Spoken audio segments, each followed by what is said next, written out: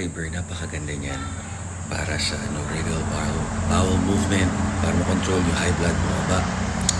Ngayon, pag nasobra na sa fiber, pwede rin tayo magka-bloating constipation.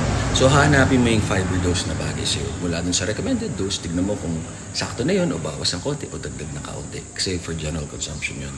Tapos ang cheat code sa fiber, kung madudumi yung pagkain na kinain nyo, uminom ka kagad na fiber, absorb yun yung lahat yun. So, di mo ma-absorb yung mga masasamang kinain mo, yung mga calories.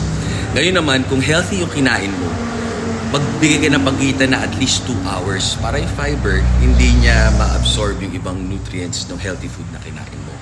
2 hours before or 2 hours after. Yun lang, ganun lang yung pag-ano ng fiber. So kung madumi yung kinain mo, kumain ka ng cake or whatever, ayaw mo absorb, gusto mong malabas ka agad. Inuman mo ka agad ang fiber. Ngayon kung kumain ka ng mga healthy protein, healthy fats, mga itlog, mga masustansya, spinach, after 2 hours para ma-absorb. Tama kayo, mali ako, not your doctor. Do what works for you. Happy healthy!